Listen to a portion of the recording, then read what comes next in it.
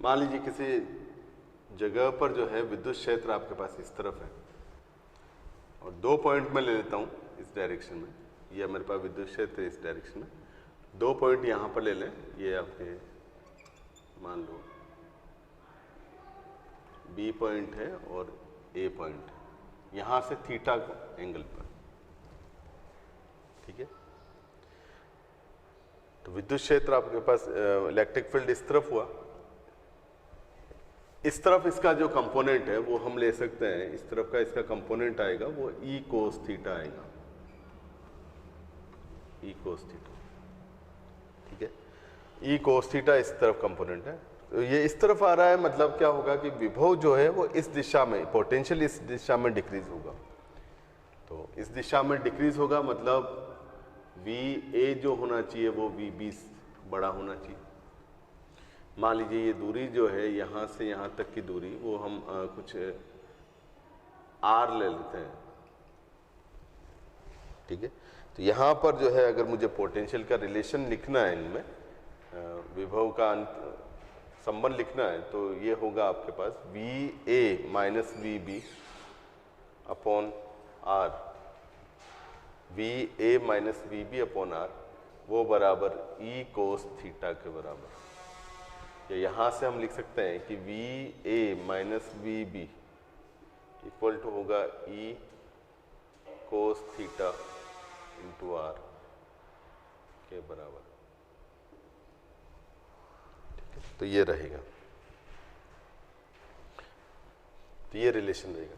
अब यदि थीटा का वैल्यू मैंने 90 डिग्री रख दें यहाँ पे, तो if theta equal to 90 degree, 90 degree पर ले लें, मतलब विद्युत क्षेत्र के लंबवत अगर मैं डायरेक्शन में A और B पॉइंट लेता हूँ, तो उस केस में जो है कोस 90 इक्वल टू आता है 0 के बराबर, मतलब VA माइनस VB वो बराबर आएगा आपके पास 0 के बराबर, या VA बराबर होगा VB के बराबर। मतलब विद्युत क्षेत्र या इलेक्ट्रिक फील्ड के लंबवत दिशा में अगर कोई बिंदु लिए जाते हैं तो उन पर जो विभव है वो आपके पास बराबर ही आएगा, ठीक है। विद्युत क्षेत्र के लंबवत अगर आपने 2 बिंदु ले लिए एक ही लाइन पर, तो उस केस में उन पर उनके मध्य विभवांतर 0 या विभव समान आएंगे, पोटेंशियल समान आएगा। इसके बाद में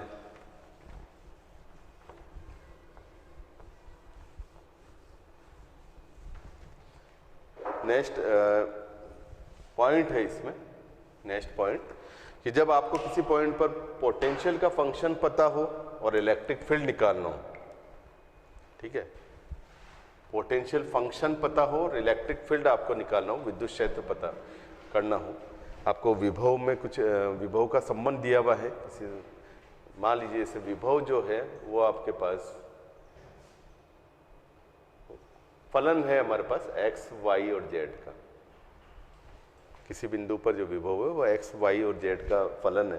तो इस बिंदु इसके किसी भी बिंदु पर अगर मुझे विद्युत क्षेत्र का मान लिखना है, तो वो विद्युत क्षेत्र हम ऐसे लिख सकते हैं कि चूंकि हम जानते हैं E का जो मैग्नीट्यूड आएगा वो आपके पास आएगा dV बाई dr के बराबर, dV बाई dr के बराबर ये मैग्नीट्यूड आएगा, परिमाण आएगा। तो यहाँ पर E बराबर EX I cap plus EY J cap plus EZ K cap, ये लिखा जाएगा। EX जो लिया जाता है यहाँ पर वो होगा माइनस का del V by del X, और del V by del X कहलाता है partial differentiation of V with respect to X, V का x के सापेक्ष आंशिक अवकलन, partial differentiation of V with respect to x, V का x के सापेक्ष आंशिक अवकलन। आंशिक अवकलन का मतलब ये होता है कि जब आप जो है किसी, जैसे मान लीजिए x के सापेक्ष आप अवकलन कर रहे हैं, तो उस केस में y और z को कांस्टेंट मानेंगे। y के सापेक्ष अगर आप मान लीजिए आंशिक अवकलन करते हैं तो x और z को कांस्टेंट लेंगे, या z के सापेक्ष आप अवकलन करते हैं आंशिक, तो उस केस में x और y को आप नियत मान के चलेंगे। तो पार्शियल डिफरेंशिएशन का मतलब ये होता है कि आप जो है जिसके सापेक्ष करोगे बाकी अदर टर्म जो है y और z को आपको कांस्टेंट ले लेना है। इसी तरह से ई वाई बराबर हो गया del v by del y, और वो जो होगा y के सापेक्ष कर रहे हैं तो उसके इसमें x और z को कांस्टेंट मानना है। और एक और थर्ड ई जेड वो बराबर होगा माइनस का del v by del y del z, ये हो गया v का z के सापेक्ष अवकलन, और ये होगा इसमें x और y को आपको कांस्टेंट लेके चलना होगा। मतलब फाइनली जो है इस तरह से Ex, Ey और Ez आप निकाल के सोल्व कर सकते हैं विद्युत क्षेत्र फाइनली। तो जैसे क्वेश्चन लेते हैं इस पे,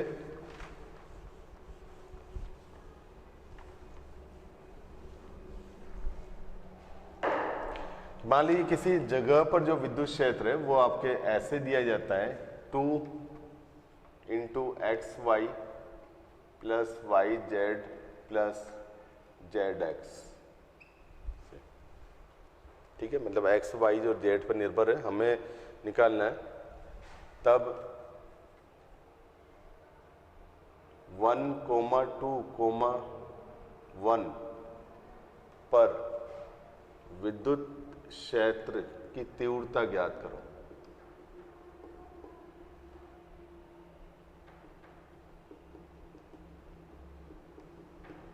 तीव्रता ज्ञात करो।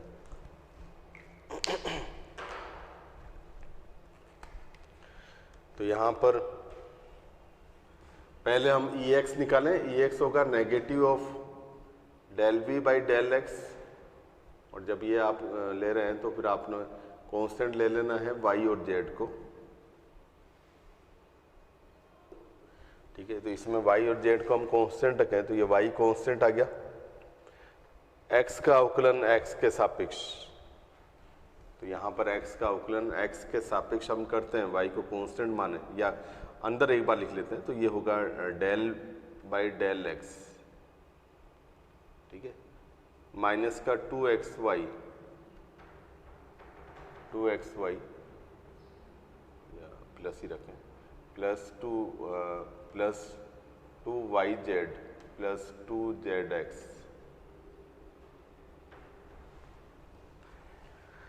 ठीक है, अब इसका आंशिक अवकलन करेंगे। y को कांस्टेंट मानते हैं, नेगेटिव साइन ऑलरेडी बाहर है, y का कांस्टेंट माने तो 2x का अवकलन तो वो 2 आएगा, तो 2y यहाँ पर आ गया, प्लस y को फिर कांस्टेंट माने। ठीक है, और z भी आपके पास कांस्टेंट है तो y और z पूरा कांस्टेंट हो जाएगा, तो इसका जो है अवकलन आपके पास 0 के बराबर आएगा, तो ये 0, प्लस यहाँ पर z को आपको कांस्टेंट ले लेना है तो 2z और x का x के रेस्पेक्ट में 1, मतलब ये आएगा आपके पास माइनस का 2y प्लस z के बराबर। इसी तरह से ई वाई बराबर del v by del y, और ये होगा माइनस का del by del x del y. अच्छा, इसको अब डायरेक्टली अवकलन करते हैं तो अब के हमें जो है कांस्टेंट लेना है x और z को कांस्टेंट लेंगे। x और z को तो x को कांस्टेंट लिया जाए तो 2y बचा, तो 2y का अवकलन हो जाएगा यहाँ पे। इसी तरह से यहाँ पर z को कांस्टेंट ले लें तो ये 2y आ जाएगा, सॉरी x को कांस्टेंट ले लिया तो 2y, और z को कांस्टेंट ले लें तो ये आपके पास ये भी 2y, और z और x दोनों को सॉरी y का एक मिनट, z को कांस्टेंट लिया हमने तो y का y के रेस्पेक्ट में 1 आएगा, तो 2z, और x और z दोनों कांस्टेंट है तो ये पूरी क्वांटिटी कांस्टेंट होगी, मतलब इसका 0 आएगा, मतलब ये कर सकते हैं माइनस का 2y प्लस जेड, ये आपके पास इसका आंशिक अवकलन आ गया। इसी तरह से ई एक्स बराबर होगा माइनस का del v by del z, और ये करते वक्त आपको जो है एक्स और वाई कांस्टेंट मान के चलना है। ठीक है, तो यहाँ पर इसका अवकलन कर रहे हैं, माइनस तो ऑलरेडी बाहर है ही सही,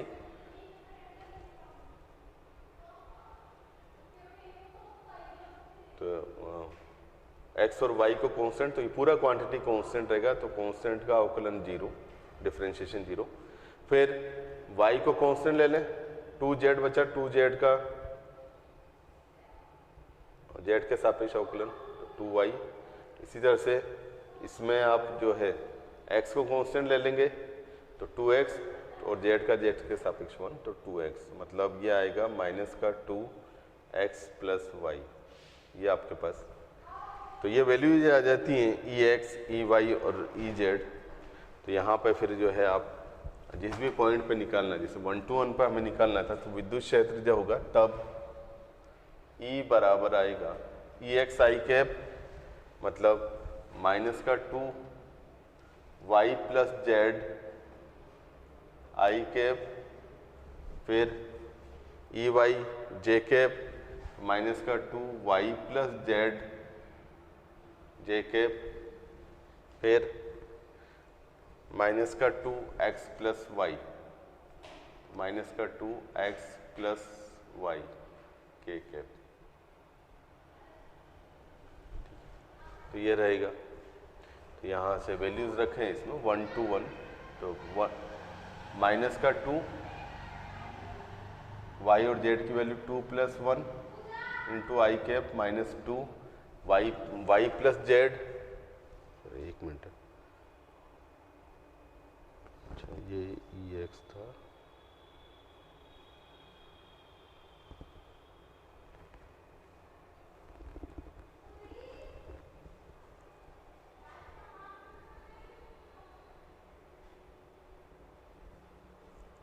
एक मिनट, यहाँ पर जो है हमने ये किया,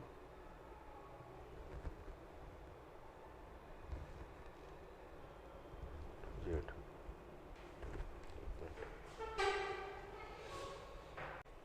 हाँ, तो यहाँ पर थोड़ा सा ये जो है डिफरेंशिएशन में हमने किया है यहाँ पर, तो y को कांस्टेंट लेंगे, तो y को कांस्टेंट लेंगे तो 2y बाहर आएगा, x का रेस्पेक्ट में 1, तो यहाँ पर फिर जो है वो जो है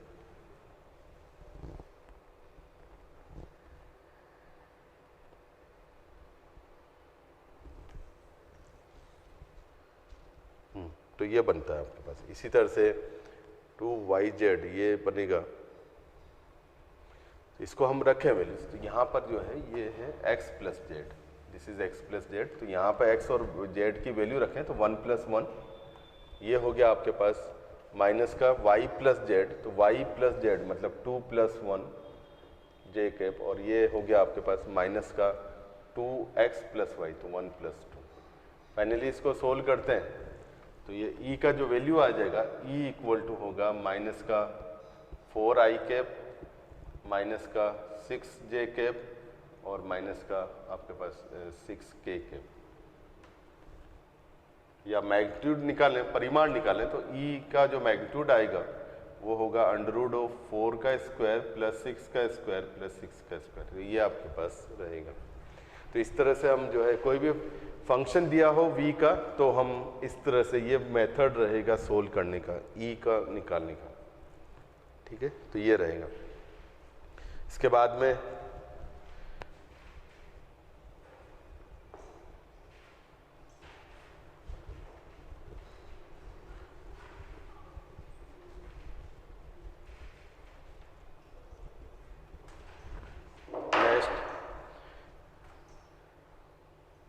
v का मान जब e दिया हो,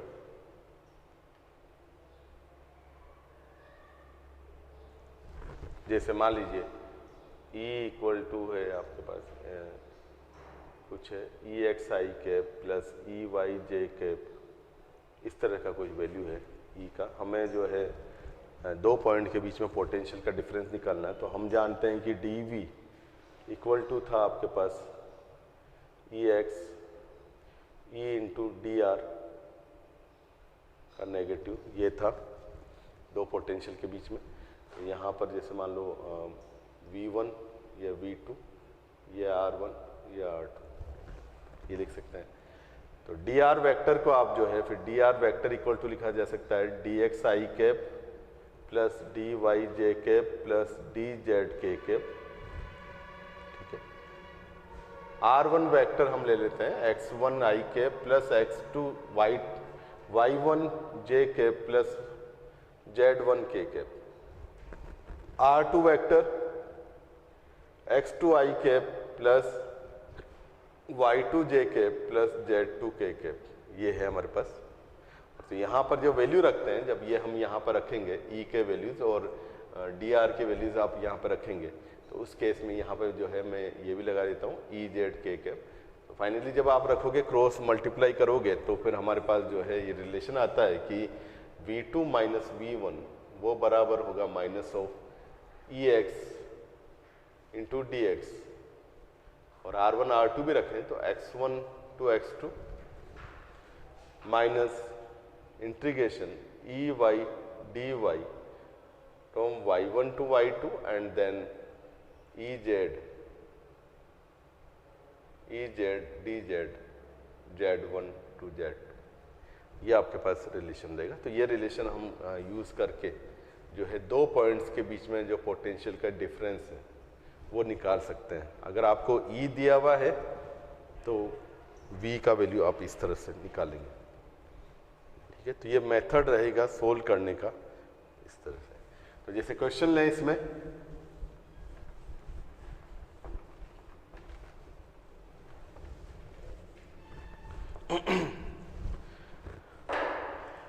तो जैसे क्वेश्चन है हमारे पास कि मान लीजिए जैसे किसी क्षेत्र में किसी जगह पर विद्युत क्षेत्र आपको दिया हुआ है E equal to 20 i cap plus 30 j cap newton पर कूलम में। ये किसी जगह पर जो है विद्युत क्षेत्र का मान है। ठीक है,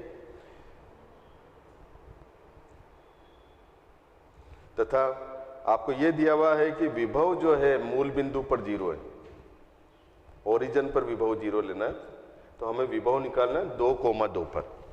मतलब अगर जो है विभव एट 0 0 अगर मैं 0 ले तो विभव हमें 2,2 पर, मीटर में ही है सारी यूनिट्स, 2 मीटर, 2 मीटर पर विभव कैलकुलेट करना है।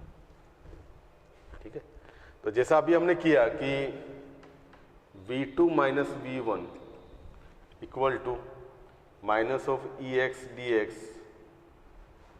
x1 to x2 minus EY dy y1 to y2, ये फार्मूला, क्योंकि इसमें z वाली टर्म नहीं है तो z और लेने की जरूरत नहीं है यहाँ पे। अच्छा, यहाँ पर देखें तो ये तो 2,2 पर हो गया, माइनस ये 0 0 पर हो गया, इक्वल टू EX मतलब 20 इंटू DX, और ये होगा आपके पास x1 डैट मीन्स 0 और x2 है तो 0 से 2 का समाकलन। इसी तरह से यहाँ पर होगा आपके पास y1 0 और ये 2 और EY है 30 dy के बराबर। फाइनली यहाँ पे सोल्व करते हैं तो ये वाली टर्म आपको ऑलरेडी 0 दे दी गई है, तो ये 0 है।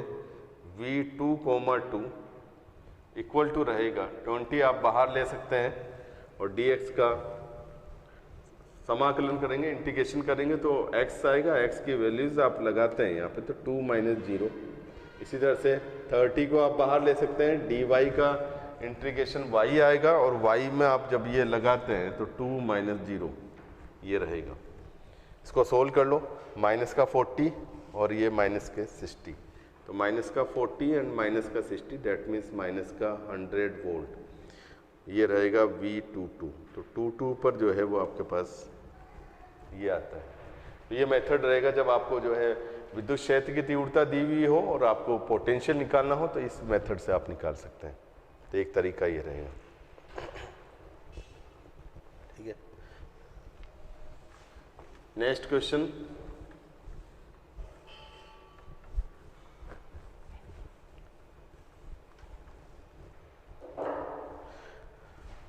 जैसे मेरे पास है कि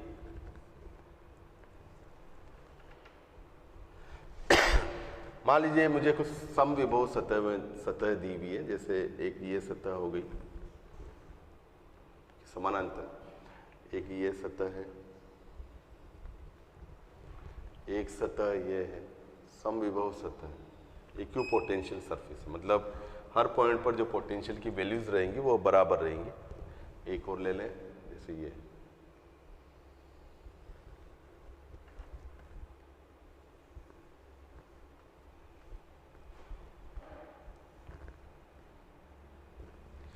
है मेरे पास, मान लीजिए ओ ये है, वाई और एक्स इधर डिस्टेंस हम ले रहे हैं, मान लीजिए 10 सेंटीमीटर पे ये पॉइंट है, ये वाली सतह है, 20 पर ये सरफेस है, 30 पर ये सरफेस है, 40 पर ये सरफेस है, इस तरह से है। इसका जो पोटेंशियल है सरफेस का 10 वोल्ट है, इसका 20 वोल्ट है, इसका जो है वो आपके पास 30 वोल्ट है एंड ये 40 वोल्ट है। इस तरह से ये इक्विपोटेंशियल सरफेस है, मतलब इस सतह के इस सरफेस के किसी भी पॉइंट पर जो पोटेंशियल है वो जो दिया हुआ है वो आपके पास होगा। जैसे मान लीजिए इस पॉइंट पर पोटेंशियल सब बिंदुओं पर 10-10 आएगा, इस पॉइंट पर पोटेंशियल 20-20 आएगा, इस पॉइंट पर जो पोटेंशियल है वो 30 के बराबर रहेगा, इस पर आपके पास 40 के बराबर पोटेंशियल रहेगा ईच पॉइंट। क्योंकि मैं अभी आपको बता रहा था कि अगर कहीं पे भी आपके पास विद्युत क्षेत्र पाया जाता है, इलेक्ट्रिक फील्ड पाया जाता है, तो उसके लिए पोटेंशियल का डिफरेंस होना जरूरी है। अगर पोटेंशियल डिफरेंस नहीं है तो इलेक्ट्रिक फील्ड भी नहीं मिलेगा वहाँ पर। तो जैसे अगर मैं मान लीजिए इन सरफेसेस के एलोंग बात कर लेते हैं, सतह के अनुदिश अगर 2 पॉइंट पर लें तो पोटेंशियल का डिफरेंस 0 आएगा, मतलब जो इलेक्ट्रिक फील्ड होगा वो सतह के अनुदिश 0 आएगा।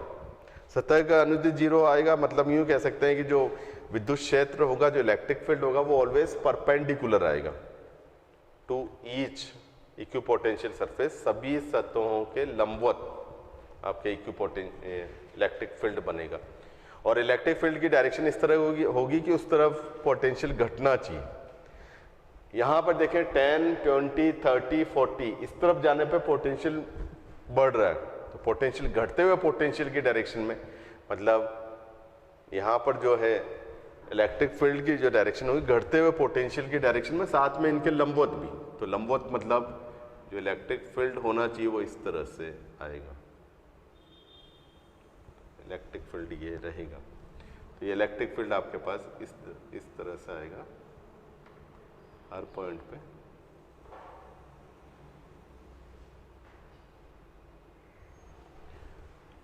घटते हुए विभव की डायरेक्शन, ये इलेक्ट्रिक फील्ड की डायरेक्शन आएगी। साथ में हर सरफेस पे परपेंडिकुलर, मतलब यहाँ पे भी परपेंडिकुलर, ये परपेंडिकुलर, ये परपेंडिकुलर, ये लंबवत रहेंगी। ठीक है,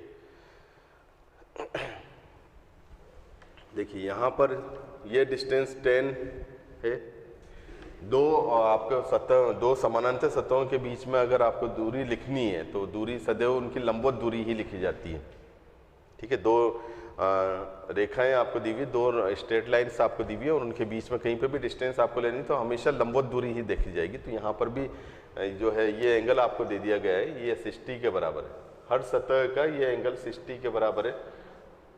यहाँ पर हमें इलेक्ट्रिक फील्ड की इंटेंसिटी निकालनी है, विद्युत क्षेत्र की तीव्रता निकालनी है और डायरेक्शन भी बताना है एक्स एक्सिस से कितना। तो एक्स एक्सिस से हम डायरेक्शन देखें तो देखो ये एंगल 90 है, मतलब एक्स एक्सिस से होगा 90 प्लस 60, तो एक्स एक्सिस से जो डायरेक्शन आ जाती है 190 प्लस 60 मतलब 150 डिग्री फ्रॉम एक्स एक्सिस, ये तो डायरेक्शन। ठीक है, अच्छा यहाँ पर लंबवत दूरी हम निकालें, ये दूरी यहाँ से यहाँ तक कि 10 सेंटीमीटर है, ये एंगल होगा 30 डिग्री के बराबर, क्योंकि ये पूरी लंबवत है, तो ये 60 तो ये 30, तो ये दूरी हमारे पास आती है 10 cos 30,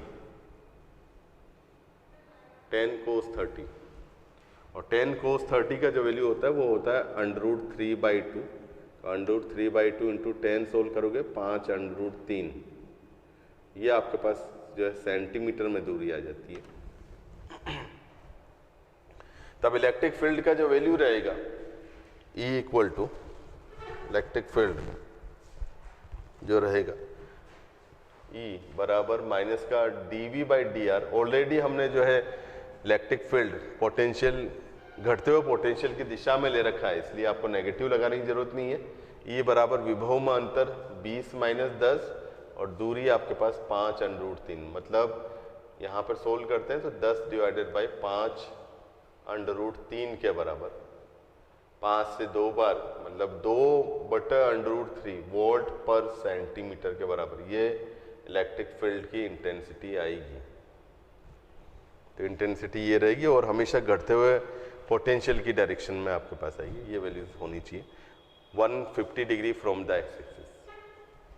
ठीक, तो ये क्वेश्चंस ऐसे होंगे।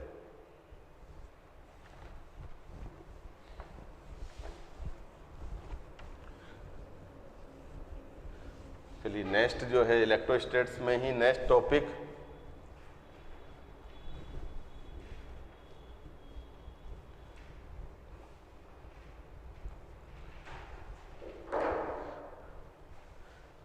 इलेक्ट्रिक डाइपोल, विद्युत द्विध्रुव, विद्युत द्विध्रुव। आप लोग केमिस्ट्री में पढ़ते आए हैं जैसे कि द्विध्रुव जो होता है, डाइपोल जो होता है, हमारे पास दो सिमिलर चार्जेज लेकिन अपोजिट नेचर के अगर कुछ डिस्टेंस पर रखे हो, कुछ सेपरेशन, कुछ स्मॉल डिस्टेंस पर रखे हो, तो ऐसा जो सिस्टम है वो आपके पास कहलाता है डाइपोल।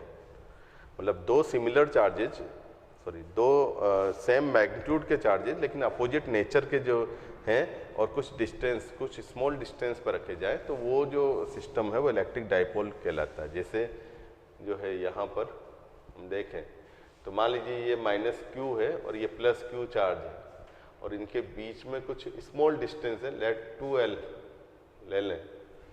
2l जो है वो आपके पास वेरी लेस रहेगी। तो इस तरह का जो है जो सिस्टम है वो आपके पास कहलाता है डाइपोल। दिस इज डाइपोल, विद्युत द्विध्रुव। ठीक है, तो ये विद्युत द्विध्रुव आपके इस तरह से लिया जाता है। नेचर में काफ़ी सारे एग्जाम्पल हो सकते हैं, जैसे H+Cl- हो गया, H2O हो गया, या यूँ लिख लें कि H+O- H+, ये हो गया, CO हो गया, NH3 हो गया, NaCl हो गया, H2SO4 हो गया। इस तरह के काफ़ी सारे जो हैं आपके पास डाइपोल के एग्जाम्पल हो सकते हैं। ठीक है, तो दो इक्वल एंड अपोजिट नेचर के चार्जेज अगर स्मॉल डिस्टेंस पर रखे जाए तो उस सिस्टम को हम जो है डाइपोल कहेंगे। डाइपोल में ही एक आपके पास क्वांटिटी हम डिफाइन करते हैं, वो होती है electric dipole moment. Electric dipole moment, विद्युत द्विध्रुव आघूर्ण, विद्युत द्विध्रुव आघूर्ण। ठीक है, विद्युत द्विध्रुव आघूर्ण।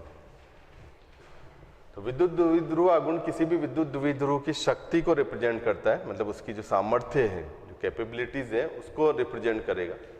एक वेक्टर क्वांटिटी है और इसको हम जो है पी वेक्टर से हम निरूपित करते हैं, रिप्रेजेंट करते हैं। और पी वेक्टर जो होता है वो आपके पास होता है कोई भी एक चार्ज का मैग्नीट्यूड, इन दोनों में से किसी भी एक चार्ज का मैग्नीट्यूड ले लो इनटू इनके बीच की दूरी के बराबर, ये आपके पास है। तो ये रहता है आपका विद्युत द्विध्रुव आघूर्ण। ये एल वेक्टर जो लिया जाता है हमेशा -q से +q की ओर।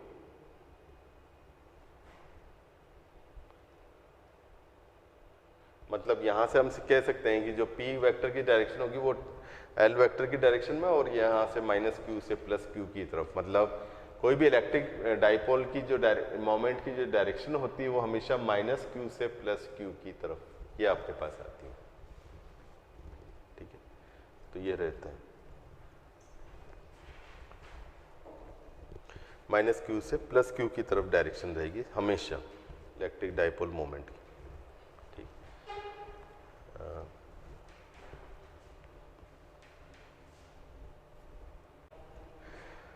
हाँ, तो ये इलेक्ट्रिक डाइपोल मोमेंट की डायरेक्शन जो है माइनस क्यू से प्लस क्यू की तरफ लेनी है, और पी का मैग्नीट्यूड हम निकालेंगे तो क्यू इंटू 2l वेक्टर की तरफ लेंगे।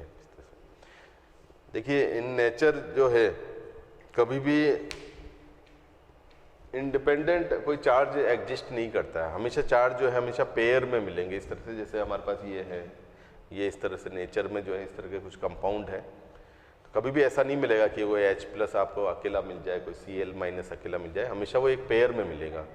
और उसका आपके पास जो है इलेक्ट्रिक डाइपोल, मतलब उसको हम जो है फिर आपके पास इलेक्ट्रिक डाइपोल बोलेंगे। ठीक है, इलेक्ट्रिक डाइपोल जो होता है वो आपके विद्युत क्षेत्र उत्पन्न करने की सबसे छोटी इकाई होती है। ठीक है, सबसे लीस्ट जो यूनिट है वो आपके पास इलेक्ट्रिक डाइपोल है कोई भी इलेक्ट्रिक फील्ड को प्रोड्यूस करने के लिए। ठीक है, क्योंकि सेपरेट हम यहाँ पर पढ़ रहे हैं कि हमने प्लस क्यू रख दिया, माइनस क्यू रख दिया, पर ऐसा पॉसिबल नहीं होता है कि आप जो है कोई भी एक चार्ज को इंडिविजुअली कहीं पे भी आप मतलब एग्जिस्टेंस नहीं होगा। ठीक है, उसके साथ में कोई ना कोई कॉम्बिनेशन बनेगा ही बनेगा ताकि उसकी स्टेबिलिटी रहे। तो सेम चीज़ यहाँ पर भी है कि अगर मुझे इलेक्ट्रिक फील्ड प्रोड्यूस करना है तो सबसे छोटी जो इकाई है वो आपके पास इलेक्ट्रिक डाइपोल मोमेंट। अच्छा, वेक्टर क्वांटिटी है, वेक्टर हो गया सदिश राशि, और इसका जो यूनिट रहेगा वो आपके पास कूलाम इंटू मीटर के बराबर। ये ऐसा यूनिट आपके ये रहेगा, ऐसा unit. Direction always minus Q से प्लस क्यू मैं बता ही चुका हूँ। अब net dipole moment of A system, इसके बाद में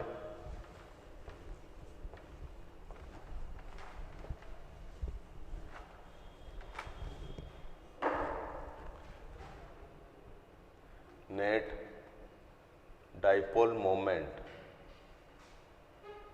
ऑफ ए सिस्टम। तो किसी भी सिस्टम में अगर मान लीजिए हमारे पास है और उसमें एक से ज़्यादा इलेक्ट्रिक डाइपोल मोमेंट बन रहे हैं, तो अभी जैसा मैं बता रहा था कोई भी स्केलर क्वांटिटी होती है तो उसका नेट निकालना है तो हमें अलजेब्रिकली सम करना होता है। अगर कोई भी वेक्टर क्वांटिटी है तो उसका नेट निकालने के लिए आप जस्ट वेक्टर सम करोगे जितनी भी क्वांटिटीज़ हैं। तो अगर मुझे जो है सिस्टम का कुल अगर निकालना है इलेक्ट्रिक डाइपोल मोमेंट, तो वो होगा आपके पास P1 plus P2 plus P3 plus P4, इस तरह से। तो जितने भी आपके पास इलेक्ट्रिक डाइपोल मोमेंट उपस्थित है उसमें सिस्टम में, तो उनका सबका आपको वेक्टर सम करना होगा। ठीक है, तो जैसे क्वेश्चन ले लें कि जैसे मान लीजिए मेरे पास जो है माइनस का क्यू चार्ज रखा हुआ है यहाँ पर क्वेश्चन, और एक आपके पास प्लस 2Q और एक माइनस क्यू। ये माइनस क्यू कुछ ए दूरी पर रखे हुए हैं, तो हमें इस सिस्टम का नेट डाइपोल मोमेंट आपको निकालना है। ठीक है, तो नेट डाइपोल मोमेंट हमें निकालने के लिए हम ये कर सकते हैं कि देखिए प्लस 2Q है, हम जानते हैं कि सिमिलर और अपोजिट नेचर के चार्ज जो है एक डाइपोल यहाँ पर बनाएंगे। यहाँ पर प्लस 2Q आ रहा है और एक ये माइनस क्यू है, तो इस प्लस 2Q को दो पार्ट में हम ब्रेक कर सकते हैं। एक तो प्लस Q ये ले लें और एक प्लस Q ये आ गया। अब इस प्लस Q को आप इसके साथ में ले सकते हैं और इस प्लस Q को इसके साथ में लिया जा सकता है। यहाँ पर इन दोनों के बीच में कोई डाइपोल नहीं बनेगा क्योंकि इनके जो है वो आपके पास मैग्नीट्यूड इक्वल है, लेकिन नेचर जो है वो भी आपके पास सेम है। नेचर आपके पास अपोजिट होने चाहिए, एक पॉजिटिव चार्ज है तो दूसरा नेगेटिव होना चाहिए, वो चीज़ नहीं है। तो यहाँ पर एक डाइपोल मोमेंट आपके पास इस तरफ आएगा माइनस Q से प्लस Q की तरफ, एक तो डाइपोल मोमेंट ये बन गया P1। ठीक है, और एक आपके पास माइनस Q से प्लस Q1 प्लस Q की तरफ ये एक P2, ये आपके पास। ठीक है, तो दो डाइपोल मोमेंट यहाँ पर दो हैं। अब इनका टोटल सिस्टम का हमें निकालना है, तो P जो सिस्टम का रहेगा वो रहेगा जस्ट P1 प्लस P2 के बराबर, क्योंकि इनके बीच का जो एंगल है वो आपके 60 डिग्री है, इक्विलैटरल ट्रायंगल है, 60 डिग्री होगा। P1 और P2 के जो मैग्नीट्यूड है P1 equal to P2 equal to आपके पास जो है Q इंटू ए के बराबर ये मैग्नीट्यूड आएगा। तो यहाँ पर इनके बीच में एंगल 60 डिग्री के अकॉर्डिंग वेक्टर सम करें तो P सिस्टम जो होगा QA प्लस QA का whole square a square plus b square plus 2QA into QA into cos of 60 degree. इसको आप सोल्व करते हैं तो 60 डिग्री का कोण है, हम कर चुके हैं, ये मैंने वेक्टर सम में बता दिया था आपको कि QA स्क्वायर QA का होल स्क्वायर और ये 2QA का स्क्वायर इंटू 1/2, 2 से 2 चला जाएगा तो ये बनेगा आपके पास 3QA का होल स्क्वायर का अंडर रूट और ये आएगा अंडर रूट 3QA के बराबर, ये आपके पास आएगा। और डायरेक्शन भी हम निकाल सकते हैं कि डायरेक्शन किस तरफ होगी, क्योंकि इनके बीच का एंगल आपके पास 60 डिग्री है तो ऑलवेज जो रिजल्टेंट है वो इनके बीच के एंगल को बाइसेक्ट करेगा। यहाँ से ये 30 आएगा और ये भी 30 डिग्री पर आएगा P सिस्टम। तो ये आपके पास नेट डाइपोल मोमेंट इस तरह से निकाला जा सकता है कोई भी सिस्टम का, ठीक है।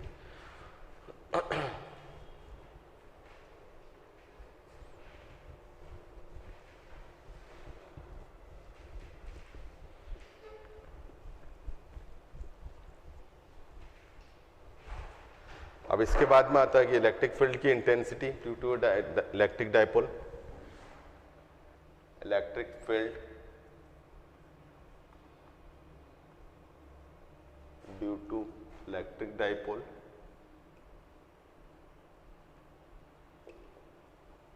किसी विद्युत द्विध्रुवीकरण विद्युत क्षेत्र की तीव्रता। तो इसमें दो केसेस आपके पास ले रहा हूं मैं, फिर एक जनरल ले लेंगे, 3 केस बन जाएंगे। तो पहला लेते हैं अलोंग द एक्सिस, ठीक है, एक्सिस पर, या इसको हम जो बोलते हैं ऑन एक्सियल पोजीशन, अक्षीय स्थिति पर।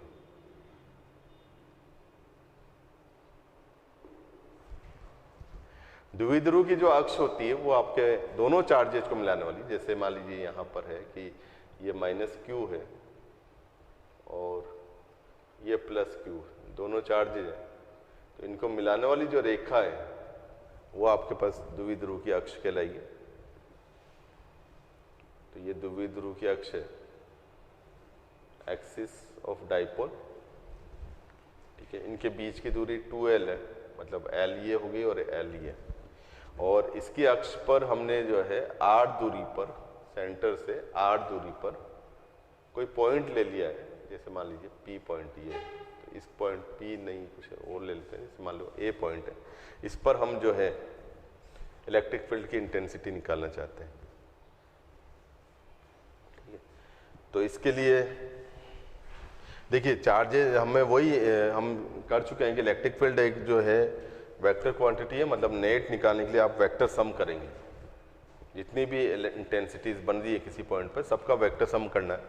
-Q से इस पॉइंट की डिस्टेंस अगर हम देखें तो R ये हो गई और L ये, तो R + L टोटल डिस्टेंस हुई, एंड इस पॉइंट चार्ज की A से डिस्टेंस जो होगी वो आपके पास R में से L घटाओगे तो R - L ये डिस्टेंस आ जाएगी, ठीक है। तो उसका अकॉर्डिंग हम लिखते हैं, मैंने आपको बताया था लेक्चर में कि जो है पॉजिटिव चार्ज के कारण जो इलेक्ट्रिक फील्ड की इंटेंसिटी होती है वो हमेशा उससे दूर की तरफ बनेगी, जबकि -Q के कारण जो इंटेंसिटी है, जो तीव्रता है, वो हमेशा उसी की तरफ आएगी, मतलब +Q के कारण जो इंटेंसिटी होनी चाहिए इस पॉइंट पर वो इधर बनेगी, E+,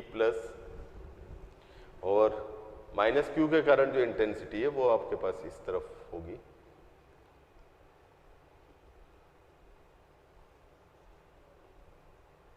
E+ और E-।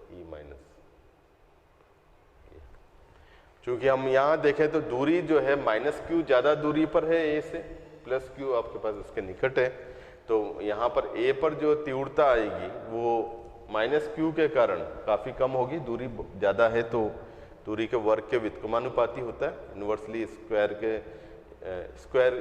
दूरी के स्क्वायर के जो है इन्वर्सली प्रोपोर्शनल होता है, इसलिए -Q की इंटेंसिटी कम बनेगी, +Q की इंटेंसिटी ज़्यादा होगी।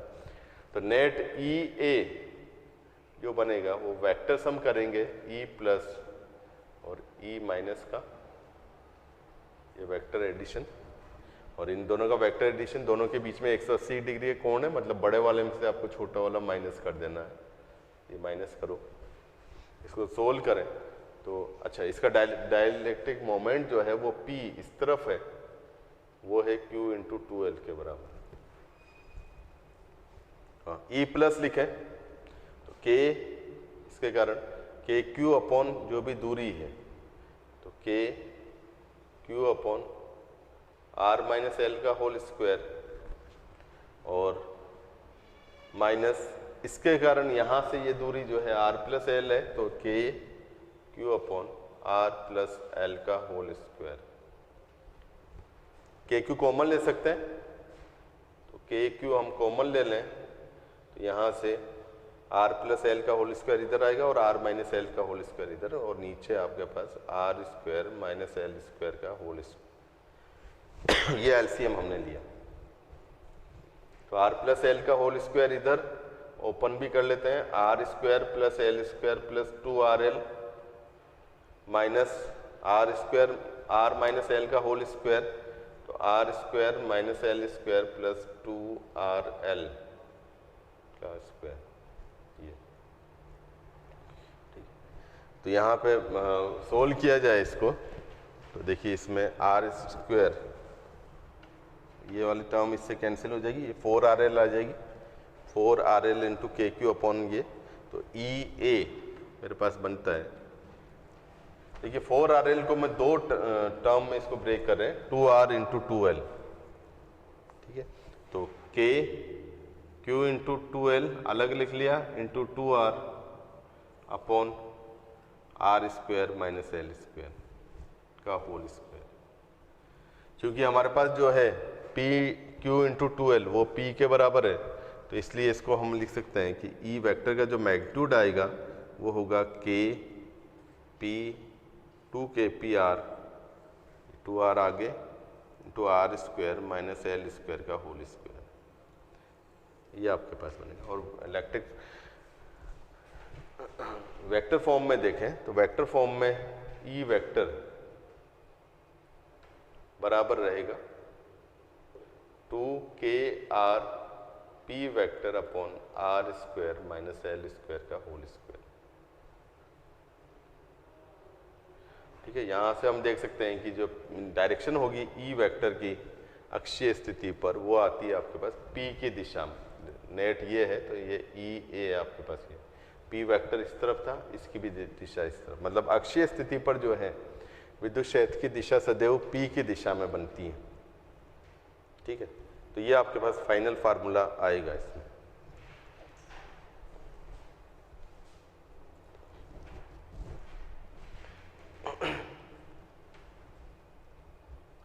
अब इसमें एक केस और ये आता है हमारे पास कि यदि R की जो वैल्यू है काफी बड़ी रखी जाए, R is very very greater than L, ठीक है। यदि ये जो इनके मध्य की जो दूरी है उसकी तुलना में R काफी बड़ा हो, तब उस केस में R square minus L square को लगभग R स्क्वायर लिखा जा सकता है, मतलब ये वाली राशि आपके पास जो बन जाएगी वो R4 बन जाएगी। तो E बराबर आपके पास फिर होगा 2KP इंटू R अपॉन ये R स्क्वायर का होल स्क्वायर, मतलब R4। तो E जो अक्षीय स्थिति पर आएगा एक्सियल पोजीशन पर वो होगा 2KP upon R³ and P के अनुदिश, तो हमेशा P के अनुदिश ही रहेगी। तो ये आपके पास रहेगी। तो अक्षीय स्थिति पर 2KP अपॉन R³ के बराबर विद्युत क्षेत्र की तीव्रता रहती है। अगर सपोज करो कि ये बिंदु हमने यहां पे कहीं लिया होता,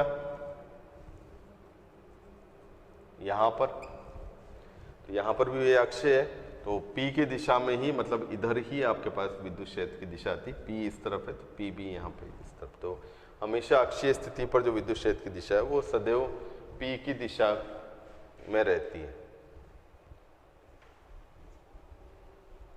ठीक है। तो ये ध्यान रखना आपको, 2 kp upon r cube if r is very very greater than l। इसके बाद में जो सेकंड पॉइंट आता है हमारे इसमें